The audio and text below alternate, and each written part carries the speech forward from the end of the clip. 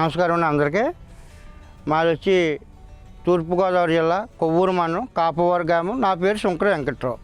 మేము పూర్వం నుంచి కూడా మా తాతల గారి నుంచి మా నాన్నగారు ఏంటి మేమేంటి వ్యవసాయ కుటుంబం అండి. మా నాన్నగారు చదివిద్దామని ఎంతో ట్రై చేశారు, నేను చదువుకోలేకపోయాను. నాకు ఈ వ్యవసాయంలో 25 సంవత్సరాల మటు అనుభవం ఉందండి. ఈ వ్యవసాయం మీద మేము కూడా ఆధారపడి చదివించుకుంటున్నాం కాబట్టి ఆ పిల్లల చదువులకి మన ఇంట్లో వాళ్ళందరికీ కూడా ఆరోగ్యంగా ఉంటుంది. మనం ఎవరి దగ్గరికి ఒక రూపాయి బాకీకి వెళ్ళకుండా దీని మీద వచ్చిన ఆదాయం మీద ఏ ఒక హౌస్ కట్టుకున్నా ఇంకోటి చేసుకున్నా దీని మీదే మనం డెవలప్ అయ్యాం సార్. రాణిగారు అన్న ఆవిడ వచ్చినప్పుడు మమ్మల్ని 2 నెలల పాటు రోజు వచ్చేదని పొలం. ఎందుకని బాబు మమ్మల్ని ఇబ్బంది పడుతుంది, మీ కెమికల్లో బంగారులాగా ఉంది అంటే అలా కాదు. అప్పుడు వచ్చేప్పటికి బత్త 450 రూపాయలండి, కాంప్లెక్స్ బత్త. ఇవాళ 1800 అండి. అలా కాదు, నీ భవిష్యత్తులో వ్యవసాయం చాలా కష్టం అయిపోద్దని ఆవిడ కూడా వ్యవసాయ కుటుంబం నుంచి వచ్చింది కాబట్టి తెలిసి అనుభవం మీద ఆవిడ వచ్చి మాకు నెలల పాటు తిరిగి మీరు ఎకరాలు చేయొద్దు, ఈ కుంచులు చేయండి, ఈ కుంచుల్లో చూసి దాన్ని బట్టి మీరు మారండి, మీకు లాభం ఉంటే మారండి అంటే. అలాగే ఆవిడ ద్వారాగా మేము ఇలా మారడం జరిగిందని అప్పటి నుంచి కూడా చాలా బాగుంది. దాంట్లో మట్టుకి సక్సెస్గా ఫుల్గా ఇది అయిందండి.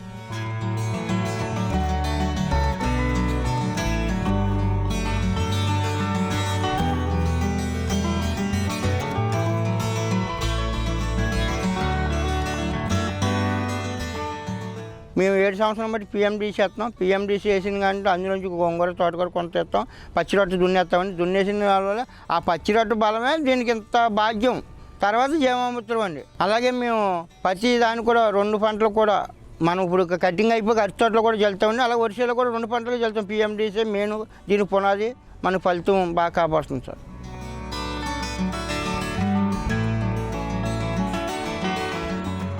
మెయిన్ విత్తన శుద్ధిగా నుంచి కూడా మనం వ్యవసాయం చేయాలండి. ఇది ఆటోమేటిక్గా మయంగా చేస్తే మనకి ఫలితం ఉండదండి. అంతేగాని మనం బత్తం మందేసి మళ్ళీ జీవామృతం పాల్చామంటే కాదు.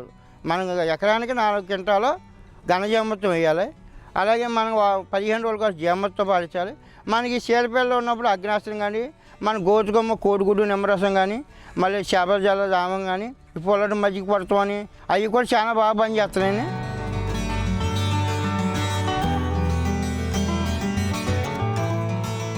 మనకు వచ్చేప్పటికి భూమిలో మార్పు బోలు కాపాడిందండి. మనం మందు వేసిన పిండి చూస్తే ఇలా అనేప్పటికి పొడుగుగా నిడిపోద్దండి. ఇది అలా కాదండి, కిందంతా ఎలుంబాము ఉంటుంది.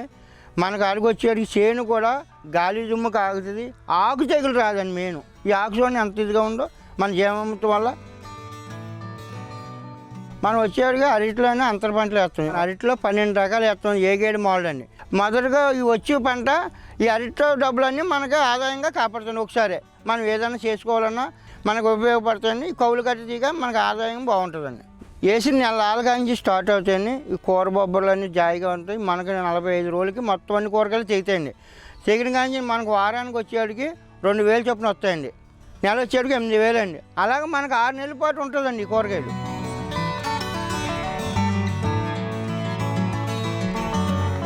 మనం వచ్చిన దాన్ని ఈ డబ్బులు వచ్చిన వారానికి 2000 దాన్ని మనం ఒక వారం డబ్బులు ఈ ఘనజీవామృతానికి జీవామృతానికి ఇటు ఖర్చు పెట్టి కనుమ డబ్బులు మన ఇంట్లో అవసరానికి వాడుకుంటాకే మనకి ఎదరికి వెళ్తాకి వ్యవసాయానికి రైతుకి ఇదిగా ఉంటుందండి ఇది.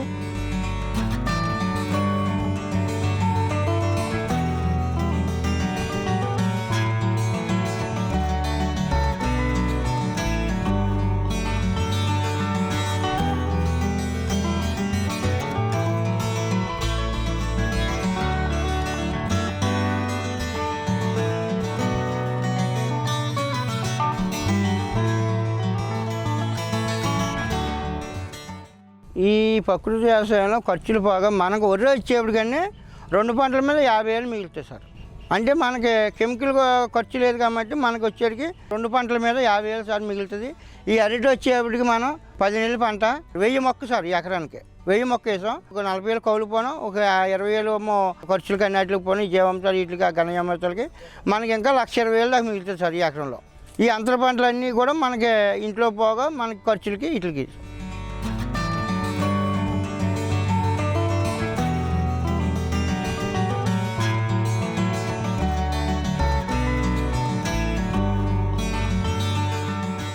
ఎరువులు వేసిన కూరగాయలు అయితే మన్నాడికి వాడిపోతాయండి. ఈ వారం ఉన్నా సరే అదే తాజాగా ఉంటుంది. అదే నిదర్శనం అండి మనం వాడేదానికి దానికి.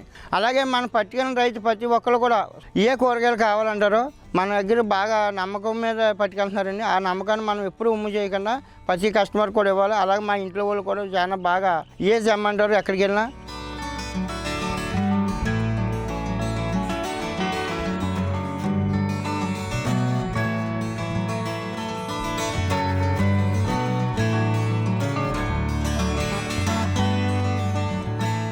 ఈ కషాయాలు వచ్చేది ఫస్ట్లో మాకు తెలియక ఎంపీఎం షాపులు ఉన్నాయి, అక్కడి నుంచి తెచ్చుకునే వాళ్ళని.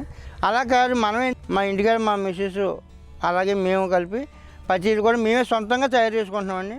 జీవామృతం కానివ్వండి, ఘనజీవామృతం కానివ్వండి, ఇవన్నీ కూడా మేమే చేప బెల్ల జావం కానీ, కోడిగుడ్డు నిమ్మరసం కానీ ఇవన్నీ కూడా సొంతంగా మేమే తయారు చేసుకుంటున్నామండి. ఇంకా మా ఒకరి మీద ఆధారపడకుండా మనమే చేసుకుని పాలు కరెక్ట్గా పెట్టుకుని చేకూర్చుకుంటున్నాం సార్.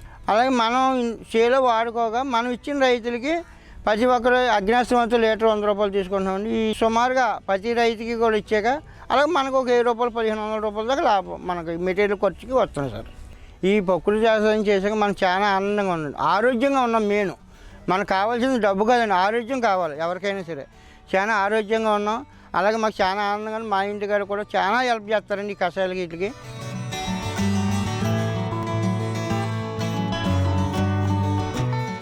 అందరికీ నమస్తే అండి. నా పేరు సుంకర్ రేవతి. మా వారు ప్రకృతి వ్యవసాయం చేస్తూ ఉంటారు. 3 ఎకరాలు చేస్తున్నారండి. దాంట్లో పండించిన కూరగాయలనే మేము ఇంట్లో యూజ్ చేసుకుంటున్నాం, అది వాడుకుంటున్నామండి. బయట నుంచి తెచ్చుకున్న కూరగాయల వల్ల రసాయనాలు ఎక్కువగా ఉంటున్నాయండి. అది మేము సొంతంగా పండించుకోవడం వల్ల కెమికల్స్ ఏమి వాడకుండా జీవామృతం అవి పోసుకోవడం టేస్టీ బాగుంటున్నాయండి. ఆరోగ్యం కూడా బాగుంటుందండి.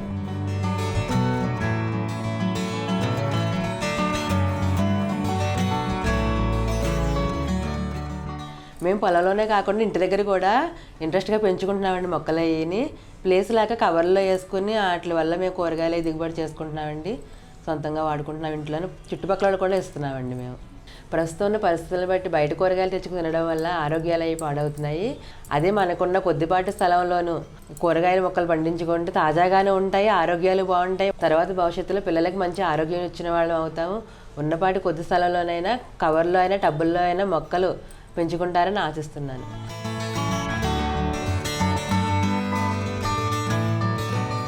రాను రోజుల్లో మనకి వ్యవసాయం చాలా భారం అయిపోతుంది సార్. భారం అంటారమ్మా. ఇవాళ ముందు బస్తా కొనాలంటే 2,000, కూలోడు కావాలంటే పొద్దున్న సందల దాకా 1,000 రూపాయలు.